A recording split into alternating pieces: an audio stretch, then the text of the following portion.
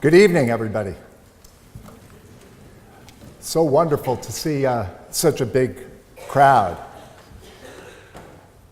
First, I want to thank you all very much for either being part of inviting me to be part of this distinguished speaker series or for coming out to hear this tonight. I'm deeply honored to be included among the extraordinary people who have spoken before me in this historic venue.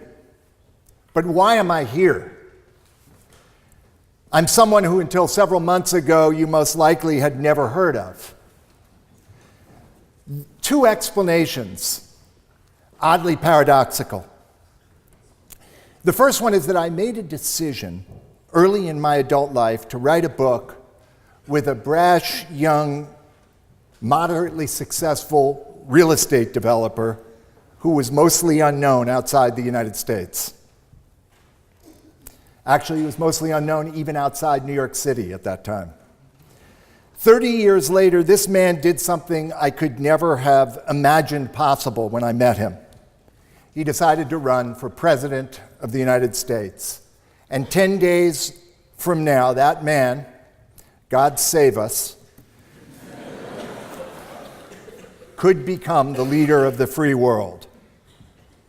It's a terrifying thought.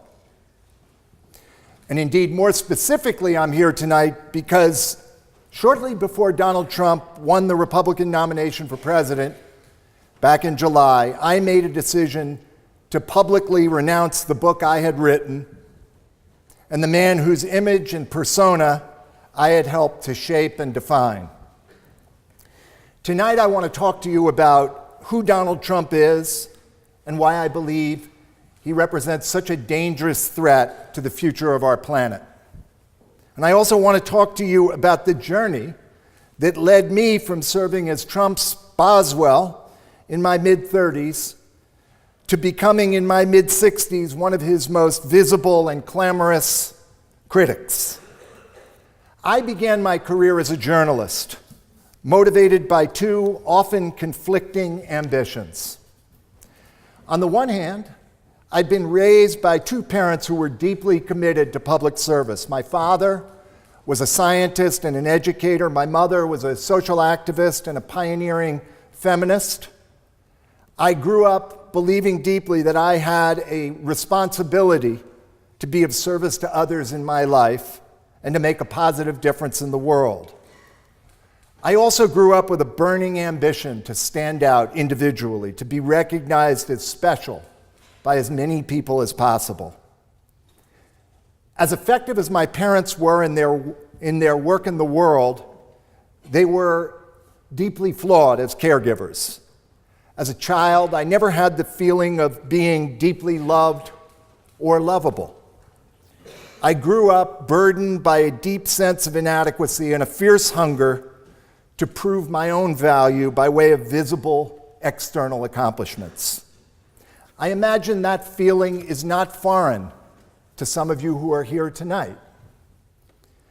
Influenced by the conflicting messages I got from my parents, I arrived into adulthood with a deep conflict between serving others and serving myself, between doing what I perceived was the right thing and doing whatever was necessary to feel more safe and secure in the world and to attract notice. Journalism seemed like a good way to combine the two, to be publicly noticed and appreciated as a writer, and to do good, as H.L. Mencken once put it, by afflicting the comfortable and comforting the afflicted. It was while working for the magazine New York that I first encountered Donald Trump. At the time, Trump was a 38-year-old real estate developer who had achieved some renown in New York by building a very successful hotel atop Grand Central Station on 42nd Street, and then a flashy condominium in a prized midtown location, which he modestly named Trump Tower. In early 1985, I got wind that Trump had purchased an existing apartment building overlooking New York Central Park South.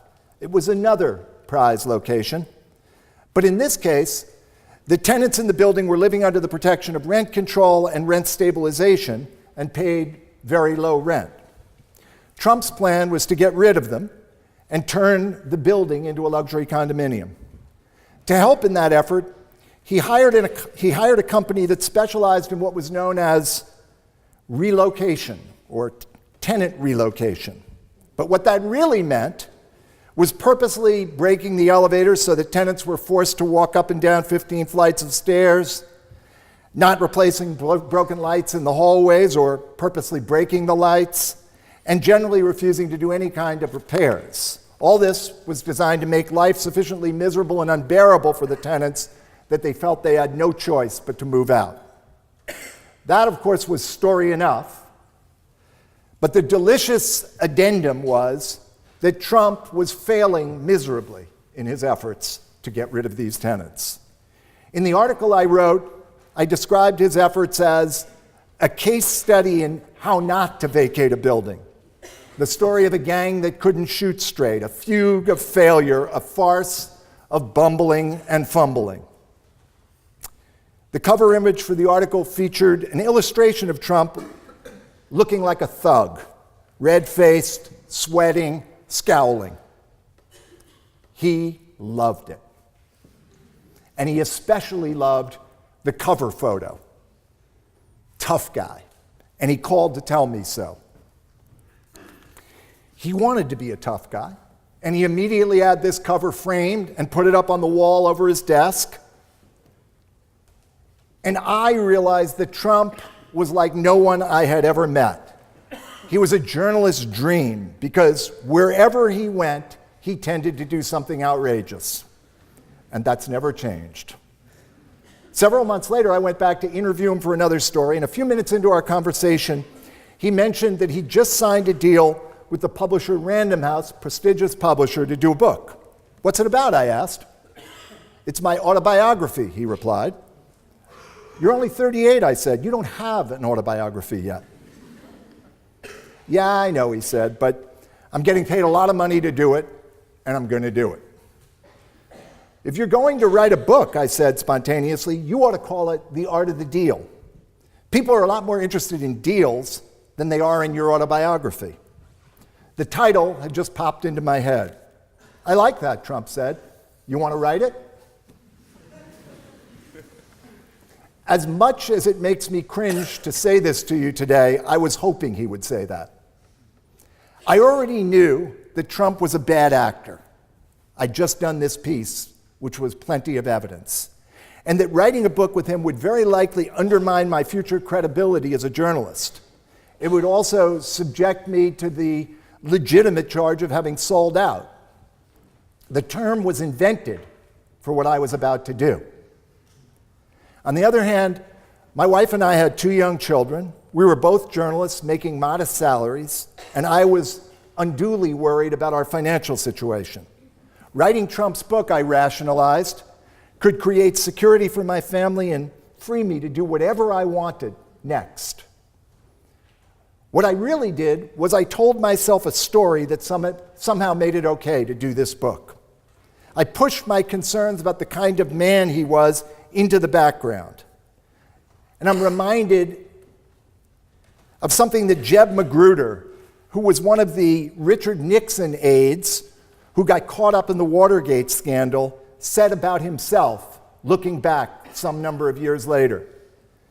Somewhere between my ambition and my ideals, he wrote, I lost my moral compass. I did the same. And having done so, I focused on making the most of my opportunity. Most writers for hire receive a flat fee or a relatively modest percentage of any money that the book earns. Trump and I haggled back and forth, the art of the deal, and ultimately he agreed to give me 50% of the $500,000 advance. My $250,000 share in 1986 was 5 times as much as I had ever earned in any year as a journalist. He also agreed to share 50% of any future royalties that the book earned. My mother, in particular, was appalled. She disdained any focus on making money, and by writing this book, I was putting my finger in her eye. And although I didn't realize it at the time, it was my declaration of independence from her, perversely. Once the contract was signed, I arranged to meet Trump on Saturday mornings at his penthouse apartment in Trump Tower. My plan was to interview him for 2 or 3 hours at a time until I gathered enough material to write the book. I imagined it would take several dozen such meetings over the subsequent 6 or 8 months. It didn't take me long to realize I was kidding myself. In our very first interview, Trump became impatient after answering my questions. After just a few minutes, he was more than willing to provide sound bites to virtually any reporter who called him at his office any time, but it was nearly impossible to keep him focused on any single topic for more than 5 or 10 minutes. He had a stunningly short attention span. This is so boring, he would tell me with irritation a few minutes into any interview we did. I don't want to talk about what already happened. It's the past. It's over. If I managed to keep Trump answering my questions for 20 minutes, I considered it a major victory. He was like a kindergartner who couldn't sit still in a classroom. My strong guess is that Trump has never read a book in his adult life, with the possible exception of those written for him, and very likely not most of those. I know from the red marks he made that he read the manuscript I wrote. At one point, Trump agreed to let me accompany him to Mar-a-Lago, his home in Florida, for a weekend. My plan was to jam in a whole series of interviews over 48 hours so I could get progress on this book I was struggling to get done. His then-wife, Ivana, there have been a bunch, made it clear that she wasn't happy to have me there. And that was understandable. He worked long hours during the week, didn't spend time with them. And each time she walked by us with one or another of his then 3 young kids in tow, she glared icily at me and at him. I felt abashed. He didn't seem to notice or care a bit. Trump was about Trump. He had almost no interest in his wife or his children. What I didn't know at the time is that he was actively carrying on an affair with Marla Maples, the woman who would eventually and briefly become his second wife. More important to this story, long before lunch, Trump stood up and announced that he couldn't stand to answer any more of my questions. Didn't I have enough? Plainly, I wasn't going to get a book's worth of material by trying to interview Trump.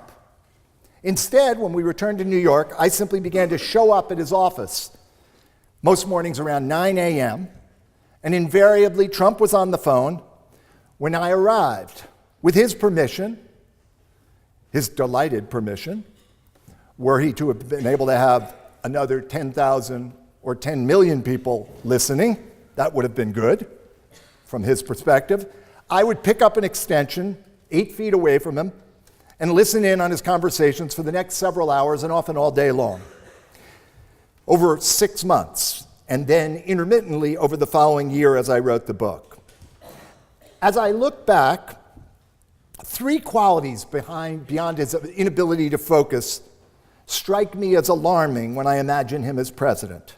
The first is his utter disregard for the truth and his lack of conscience about that fact. The second is that he is guided entirely by what he perceives as his immediate self-interest. And the third is his inability to ever admit that he's wrong about anything. None of those qualities seem highly desirable in a president. Beside reporters, Trump spoke mostly during the day with lawyers and bankers and brokers on deals he was doing. These people became a primary source of material for the book. After each call, or I should say after those calls, I would go out and interview them to fill in the details that Trump was incapable of providing to me himself. And it was in these conversations that I realized I couldn't take anything that Trump told me at face value. The accounts of these others often directly contradicted Trump's, and often they casually shared documents with me that supported what they were saying. I was concerned, but I rationalized that I was writing a book for hire. It wasn't meant to be my version of the events, or even an objective account. This was his story, and he was sticking to it, even in the face of the most undeniable evidence to the contrary. More than any human being I have ever met, Trump has the ability to convince himself that whatever he's saying at any given moment is true, or sort of true, or at least ought to be true. To this day, lying is second nature to him, just one more way to gain advantage. If he was challenged about his facts, he doubled down. Still does it today. Trump does not admit to being wrong. He just keeps huffing and puffing till he blows you down.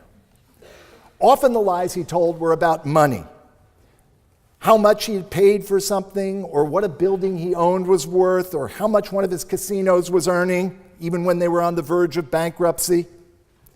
I wrestled with how to tell stories that I knew included inaccuracies, and eventually I came up with this sentence aimed at covering all potential untruths. Quote, "People want to believe that something is the biggest and the greatest and the most spectacular. It's called truthful hyperbole. It's an innocent form of exaggeration and a very effective form of promotion. It's also insane. There is no such thing as truthful hyperbole. Hyperbole is untruthful." But it was charming, and we got away with it. In the end, I created a character in Trump far more winning than he actually is. I never found him winning, or especially intelligent, or particularly interesting, but he was undeniably an effective self-promoter, and that book went on to be a #1 bestseller around the world. What I did figure out in the course of doing that book was how to transmute his voice in ways that allowed him to come off not as cynical and one-dimensional, which he was, but rather to be kind of boyish and ingenuous and even charming. Here, for example, is how I had Trump introduce himself in The Art of the Deal. "I don't do it for the money. I've got enough, much more than I'll ever need. I do it to do it. Other people paint beautifully or write wonderful poetry. I like making deals, preferably big deals. That's how I get my kicks." In fact, Trump did do it for the money. He never believed he had enough, just as he never could get enough attention. He didn't do anything just to do it, and he certainly didn't think of his deals as poetry, because the word poetry was not part of his limited vocabulary. Trump did get a kick out of making big deals, but the kick never lasted for long, and he was always ravenous for the next one. Over time, I began to think of this man as a black hole. There was nothing to sustain him inside, so he looked entirely to the external world for nourishment. No amount of money or success or praise or attention was ever enough. I never saw any evidence that Trump had deep convictions or guiding core values, which helps explain why he can shift positions so effortlessly and unashamedly from one day to the next. Every belief of Trump's struck me as negotiable for the right price or the right advantage. His most abiding commitment and obsession and passion was proving to others that he was a winner, whatever that seemed to require on any given day, and then broadcasting his success, whether or not it was actually a success, as far and as wide as possible. As long as I was working on this book, Trump was likely to call me at any time of day or night. My wife, Deborah, often answered the phone when he called. Over a year and a half, she reminded me recently, Trump never once remembered her name, nor the names of my children, or perhaps even that I had children. He knew my name, but not much more about me because he never asked. I was there to do a job, and conversations with Trump are one way. I didn't take it personally. But this also helps to explain why he had no sustaining friends. Friendships for Trump were entirely functional. He was friendly to people who helped make his deals happen, and unfriendly to those who stood in his way. Friendships came and went just as did his wives and his girlfriends. Indeed, with the exception of anger, Trump didn't traffic much in emotions of any sort, with the exception of anger. He could fly into a brief rage if he was challenged about any of his pronouncements, most notably his net worth, which he equated with his personal worth, and therefore constantly inflated. But just as often, Trump used his anger as a means to an end, an act he put on when he thought it served him well, and then dropped as soon as he felt it got him what he wanted. The same was true about Trump's beliefs. His ideology amounted to this: whatever, so long as I win and people notice. I fully recognize that I have painted an extreme portrait of this man, and that the vast majority of human beings, virtually all human beings, are more complex than the man I've just described. I also think that his extremity helps to explain why he's been an object of fascination for so long. In my own case, I believe I was drawn to Trump in part because he represented what Jung would have called the shadow side of myself. Trump grew up with a brutal father and a mother with whom he seems to have had virtually no relationship. It's oversimplifying to say that who he is a product of having lacked love and care as a child, and that he spent his entire life looking for it in the external world, but it's also true. My own childhood was less extreme, certainly, than Trump's, but I recognized my experience in his. The hunger for unconditional love and acceptance exists in all of us, and its absence is always a source of suffering.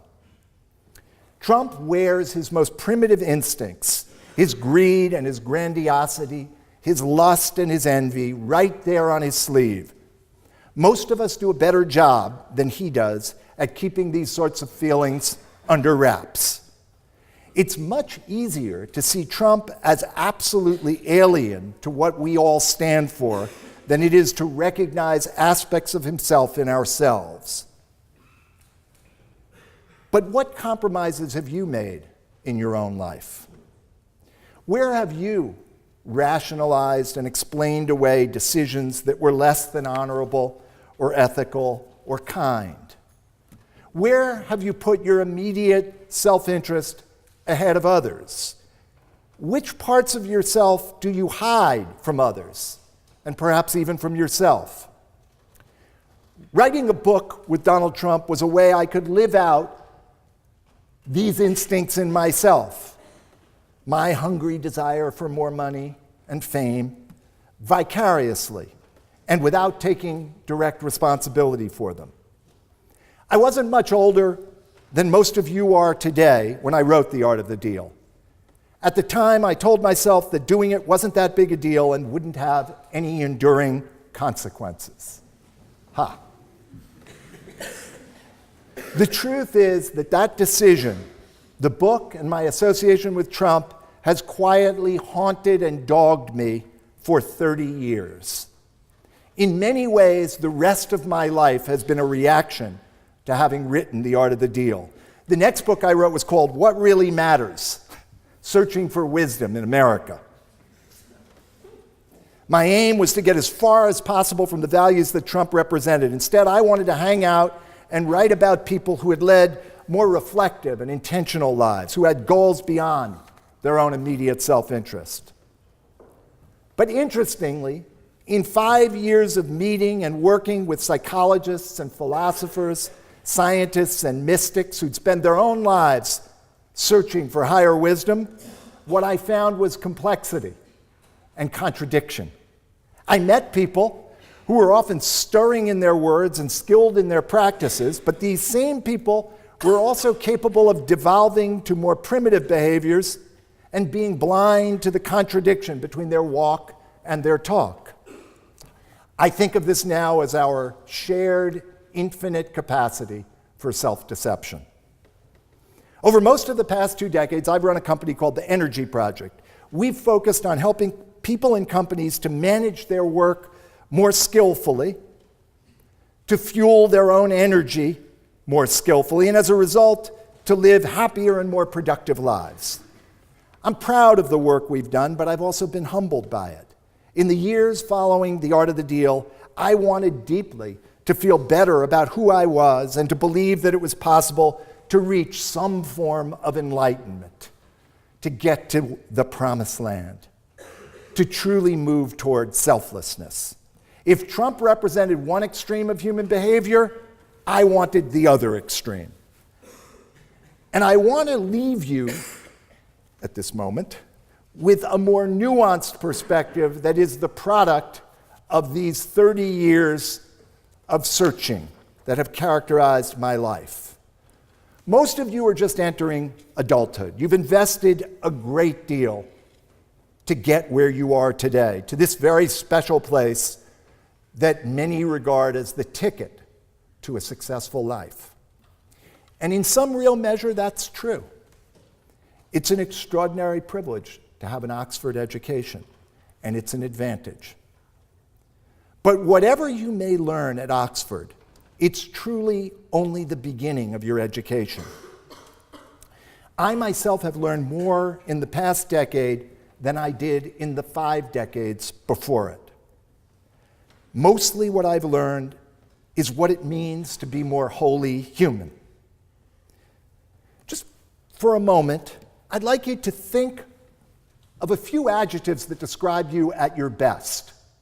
Just let your mind filter to a few adjectives that describe who you are at your best.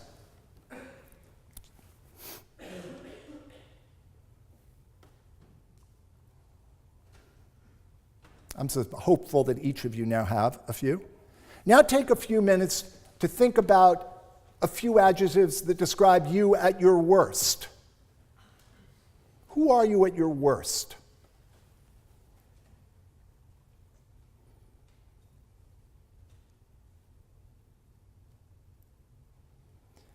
So, now the $64,000 question. Which of these lists describes who you really are? Is it not obvious that you're both, along with some gradations in between?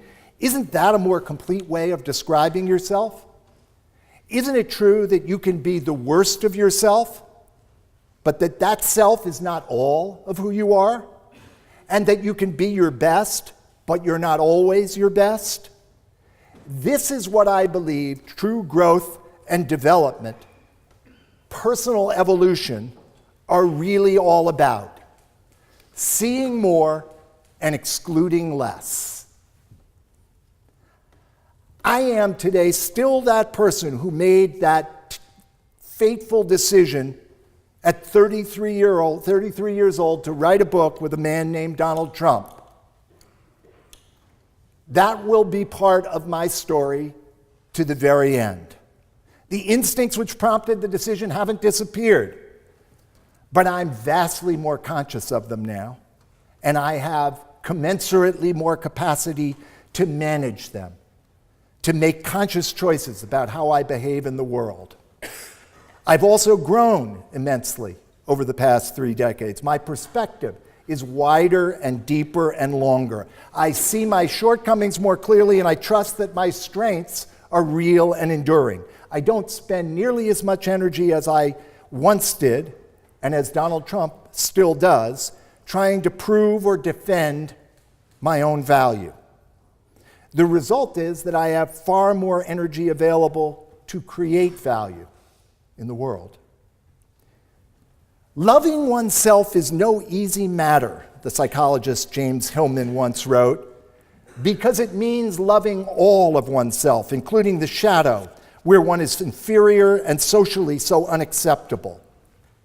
Thus, the cure is a paradox requiring two incommensurables: the moral recognition that these parts of me are burdensome and intolerable and must change, and the loving, laughing acceptance of them just as they are, joyfully and forever. One both tries hard and lets go, both judges harshly and joins gladly, seeing more and excluding less, accepting what Zorba the Greek ruefully called the full catastrophe and embracing it. This is called a whole life. This is the life Donald Trump has never lived and never will.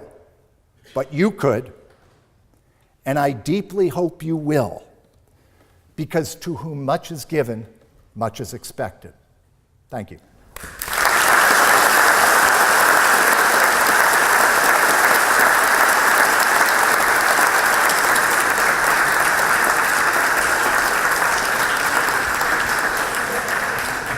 Tony, thank you so much for that truly insightful talk. I'd like to start off with a very difficult question. What are 5 adjectives that describe Donald Trump at his best? That is a difficult question. You know, I've been asked many times, what are his redeeming qualities? You know, everybody has redeeming qualities, and it was embarrassing to me not to have an answer to that for some time. He is persevering. He is aggressive in pursuit of his goals. I'm running short. I mean, that's one, I think. I think that's perseverance. Perseverance. Here's the thing. If you took Donald Trump's perseverance and aggressiveness and applied them to a virtuous goal, he would be very effective. There's plenty of energy. There's just the wrong quality of energy. Interesting. And when he announced his candidacy, coming down the golden escalator holding your book, did you write him off like everybody else, or could you see this coming? I felt a terrible feeling in the pit of my stomach when he got on that stage and he said, "America needs the man who wrote The Art of the Deal to be president." First of all, I didn't think I was qualified. And second of all, I didn't think he was qualified. And third of all, I thought, if he would lie about that, when it was so, not only so patently untrue, but so easy to disprove, then he would lie about anything. And yes, in your answer to your question, I thought from early on, not the very earliest, but early on, that he could get the nomination. And going beyond the nomination, how likely do you think it is that the polls are wrong and there are a lot of quiet Trump voters and that he could actually be in the White House in January? Well, I would say I wish that the WikiLeaks weren't happening. And, you know, I'm also mindful of the fact that this is a large room and there's 400 or so people here. And I, in a sense, present it as if this is the consensus. And I recognize that there are people in here who probably have a very different feeling about Donald Trump than I do. And the reason I've been speaking out is not to take issue with his policy positions. I happen not to agree with them, but because I believe his characterological deficiencies are so great that they preclude his being president, and that whatever the smoke and mirrors that are created in the course of a campaign may make people believe. I lived with this man day and night for a year and a half, and I have no doubt that my assessment of his character is accurate. And there unfortunately isn't virtually anybody else who's had as close a relationship with Donald Trump who didn't sign a non-disclosure agreement and therefore isn't talking about him. And to those sort of divided opinions, I want to read you a quote that Michael Moore, something he said very recently, you might have seen this in the news. He said, "Whether Trump means it or not is kind of irrelevant because he's saying the things to people who are hurting. And that's why every beaten down, nameless, forgotten working stiff who used to be part of what was called the middle class loves Trump. He is the human Molotov cocktail that they've been waiting for." Do you think this is an accurate portrayal? Dead on. Listen. We need, as a society in the US and given Brexit here and Marie Le Pen in France and nationalist movements all over the world, all over the Western world, we need to recognize that Trump didn't come out of nowhere. Trump came out of a deep discontent. And what was that discontent? I would argue that the primary reason for that discontent is the tremendous income inequality that has emerged. It's the dark side of capitalism. It's a whole group of people, like the ones Michael Moore described, who grew up believing that they were as entitled to the American dream as anybody else and had been used to working crappy jobs but getting paid reasonably well, having some version of that American dream, a nice car, a house, a certain amount of security. And then all of a sudden, the world gets filled with a small number of people like Donald Trump who control a vast percentage of the wealth, and they're out on their backsides. And the irony is that Trump ought to be their enemy, but the reality is that they have reason to be angry. And it's not a surprise to me that the most disenfranchised people in our society who are white, because Trump has been so virulently hating towards so many minority groups, but for white people who are disenfranchised, I get why they're for him. And a lot of the reason I'm speaking out, is in the hope that I can temper that anger with the recognition that this man doesn't care about them. And why don't these disenfranchised white people feel represented by the Democratic Party? Why aren't they? Yeah. Because Democrats and Republicans are in large measure equal opportunity offenders when it comes to the income disparity and to the over-embrace of a free market. Unfortunately, you look at the choice the Clintons made after they came out of office, and it was to run up their advantage. And that itself is a source of enormous anger in people. Why they're not angry at Trump for bringing in workers from overseas and having his products made in other countries is a mystery to me. It's not a complete mystery. The one other factor I would say that makes sense to me is Trump is not a traditional politician. So they are saying to themselves, and maybe some folks in this room are saying to themselves, he could be a savior. I'm desperate for a savior. He could be a savior. And I'm going to throw caution to the wind, because at this point, almost everyone understands that this is a man with some pretty serious limitations. But it's a measure of the anger that it's overcome by the hope.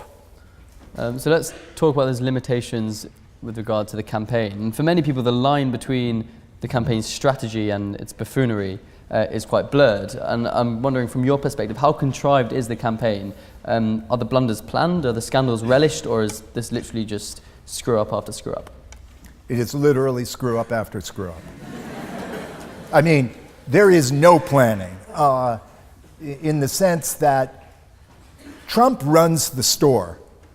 Make no mistake, the reason you see tweets from him that are self-immolating and crazy is because nobody controls him. He does what he wants to do.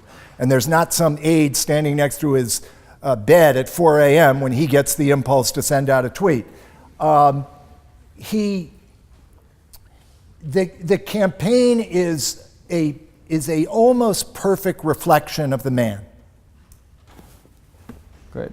And my last question before I pass on to the audience is, how do you think he is going to deal with losing, if he loses? You're making me anxious. First of all, I'm very superstitious, and I don't want to say that he's going to lose, even though I desperately hope he loses. It would be a true black swan event for him to win. But it was a black swan event for him to win the nomination. So I don't rule it out. Having said that, I do expect him to lose, and I do not expect him to go quietly into the night. He has kept upping the ante as a drug addict would. The drug addict wants more cocaine or a pure dose of heroin because they're forever chasing the high. Donald Trump, when it comes to attention, is forever chasing the high. And so when this election ends and he feels, listen, much more mentally healthy candidates for president than him have gone through extended periods of depression following their losses. It's a huge public loss and humiliation. But Trump is not available to depression. He just won't go there, I don't think. So instead, he'll go to anger. And he will drum up that anger that's sitting inside his supporters in any way he can to provide evidence that he was wronged, the election was rigged, and he didn't really lose. Trust me when I say this.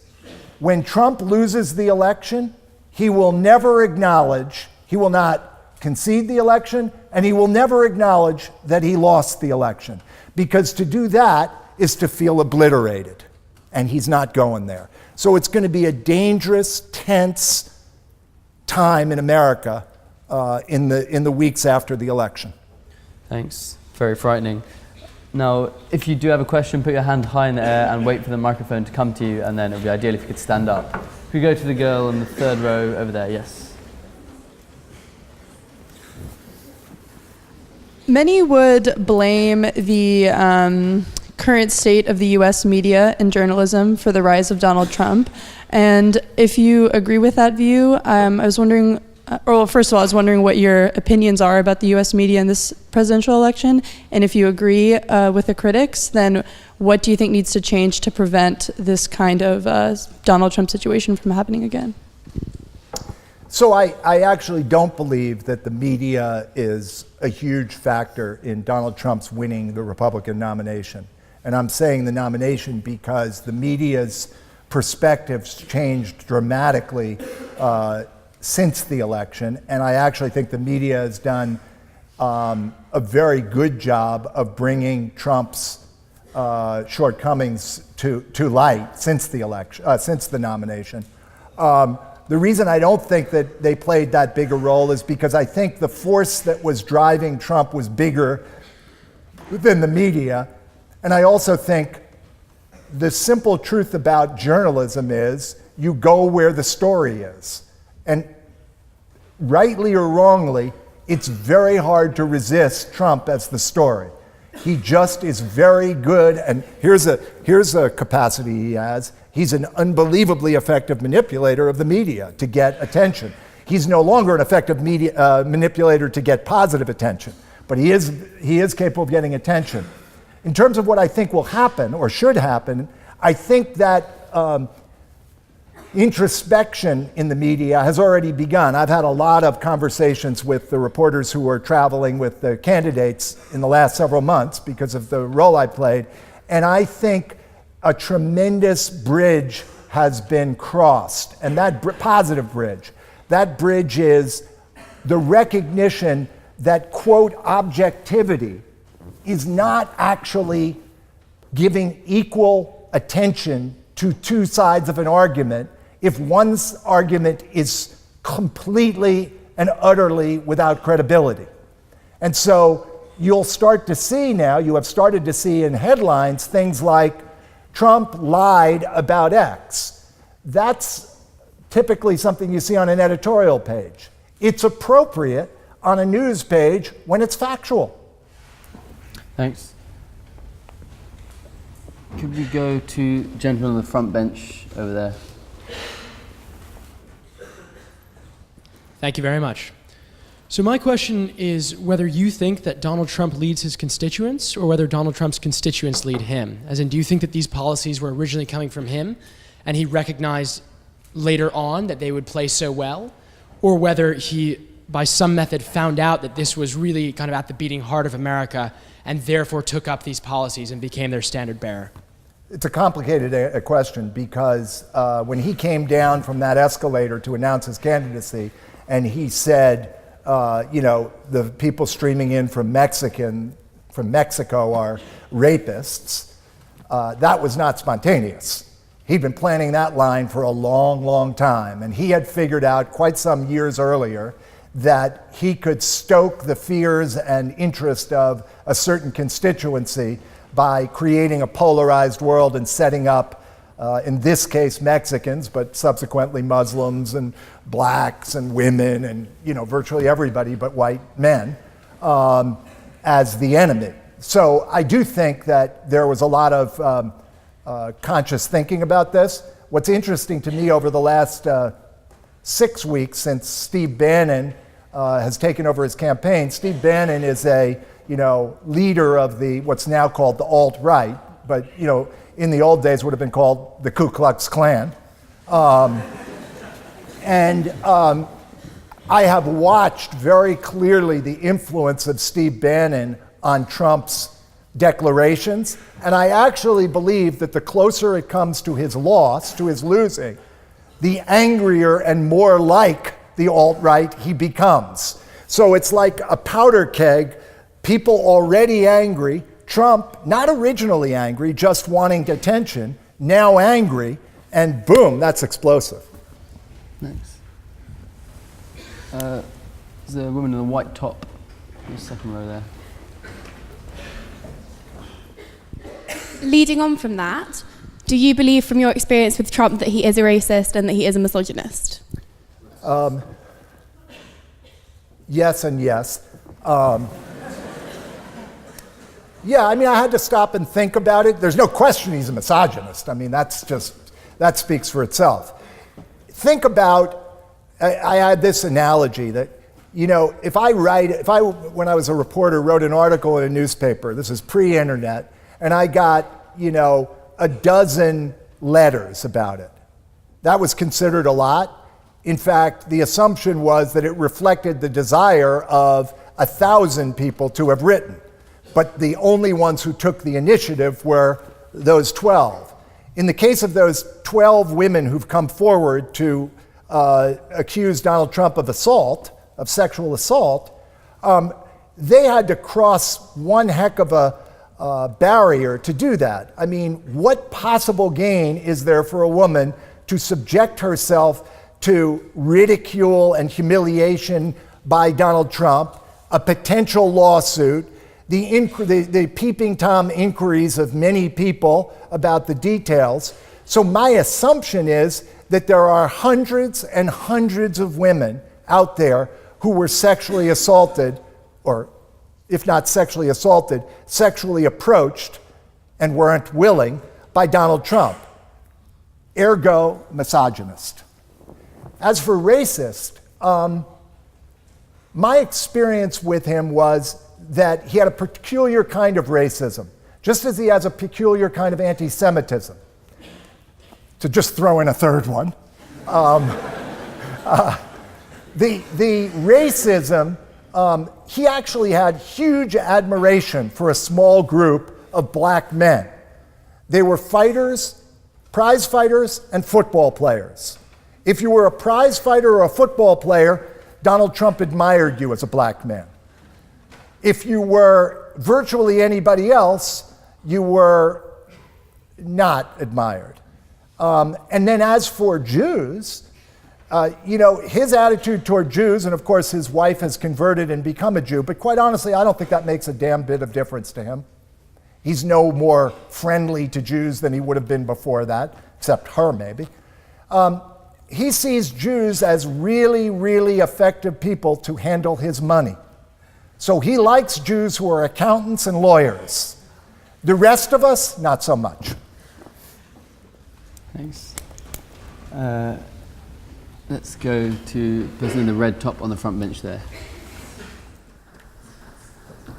One thing that this election has seen is the traditional Conservative Party having to completely change to adapt to his form of conservatism. How much do you think the vacancy in the Supreme Court has affected that, and will that swing the election? Has affected what? The current support among traditional Republican leaders. For Trump? For Trump, despite scandals. Well, listen, I mean, I have very progressive views and have always voted not always, but mostly voted Democratic, and it would take a really bad Democrat in this election for me not to vote for that person.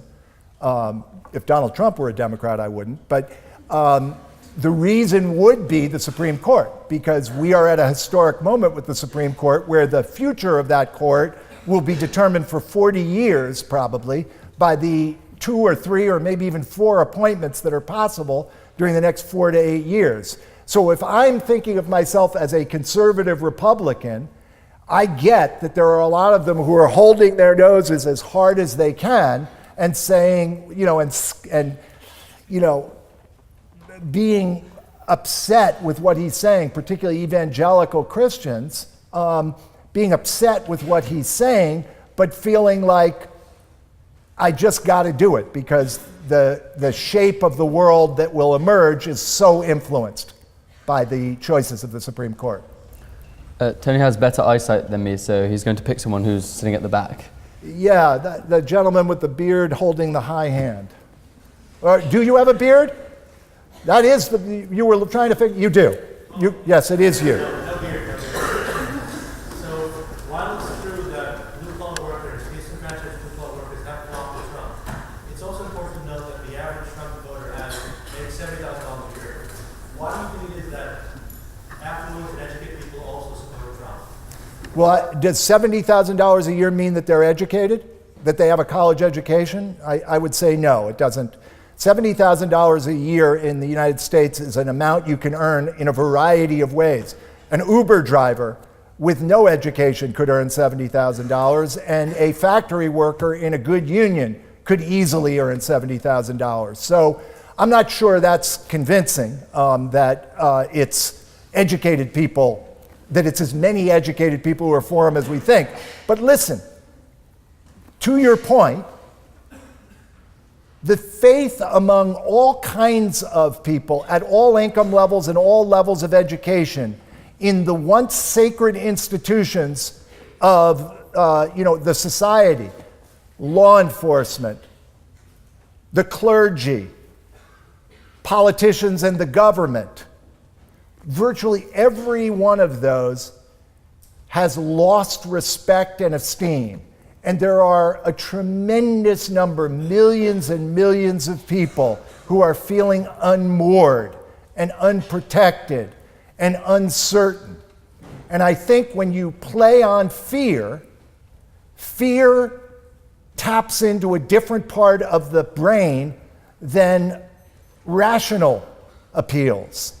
And Trump is really good, as many despots and authoritarian leaders have been, at stoking people's fears. So if you get a person to feel fearful enough, they might have a PhD, but the level you're talking to them at is the level of a 6-year-old. So that helps to explain why smarter people who should know better don't necessarily behave better. I'll go back to the back with the, no, I should go to a woman, so I'm called misogynist. Here. So you worked with Trump over 30 years ago, and now you see him on TV and running for president. Is there any, let me not call it development, but change in his character that you can see? Because, I mean, you've talked a lot about how you've changed over the years. So how has Trump changed, if at all? It's a fundamental principle of the work we do at the Energy Project that you can't change what you don't notice. And Trump doesn't notice. He was just quoted the other day, and Michael D'Antonio, one of his biographers, released a whole series of tapes of interviews he'd done with him, and he was quoted saying, I'm not willing to look, this is a not exact quote, but I'm not willing to look inside myself because I might not like what I see.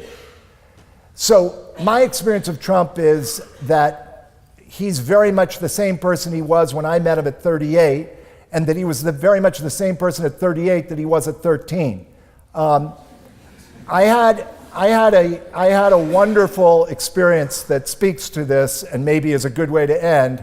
I've attended the debates, and I've I've been fortunate enough to sit up very close. So when the debates end, I'm able to go right up to the stage and kind of experience what the back and forth is. So at the end of the third debate, the final debate in Las Vegas, I walked up to the front and there was a sort of roped off area where they were worried about what was going to happen there and they wanted to make sure they were protecting those two candidates. So I was standing sort of as you might if you know, any celebrity were walking by, like as if I was a fan, and a lot of others were lined up there, and Trump eventually walked the line. And as he walked the line, he would say, "How are you?" and lean out to shake the person's hand. So it's 1, 2, 3, 4, and then he gets to me. And he reaches out his hand and he says, "How are?" "Oh, it's you. Oh God, it's you." And he pulls back his hand. So, I don't think he's changed much. Ladies and gentlemen, thank you, Tony Schwartz. Everybody join me in thanking him. Stay seated while we leave, but have a good evening.